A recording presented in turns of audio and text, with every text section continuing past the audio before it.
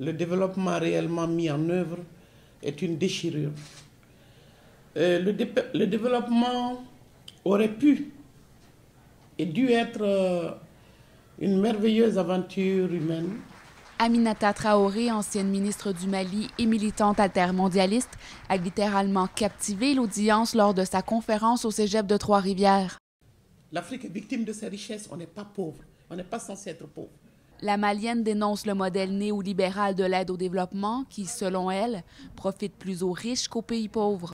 Ils partent à la recherche à la fois de sources d'approvisionnement, et alors que le Canada, par exemple, est immensément riche de ressources naturelles.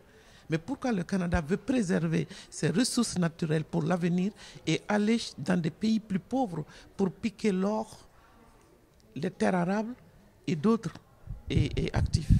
Le président du comité de solidarité de Trois-Rivières, Brian Barton, partage son avis.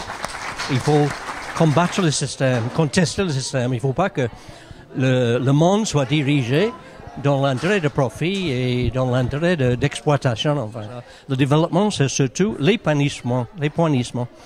L'Afrique, l'Amérique latine, l'Asie ont leur façon de faire, ont leur culture.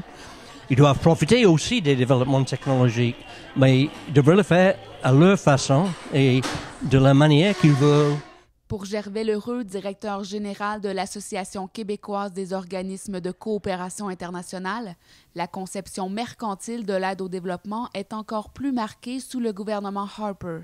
Le gouvernement Harper a annoncé qu'il gelait l'enveloppe de l'aide pour les 5 prochaines années. Déjà, ce gel-là, c'est un recul important. Je pense que la société civile a moins de place qu'elle avait et de plus en plus, les organisations de coopération internationale se sentent instrumentalisées. Pour Aminata Traoré, c'est justement les gouvernements occidentaux qu'il faut changer pour obtenir une aide adéquate dans les pays pauvres.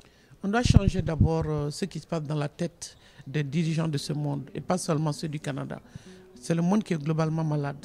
Rien ne changera dans nos rapports si cette conception du monde qui consiste à dire que le marché doit primer sur la vie et la dignité humaine, tant que cela ne changera pas, rien ne changera dans la coopération.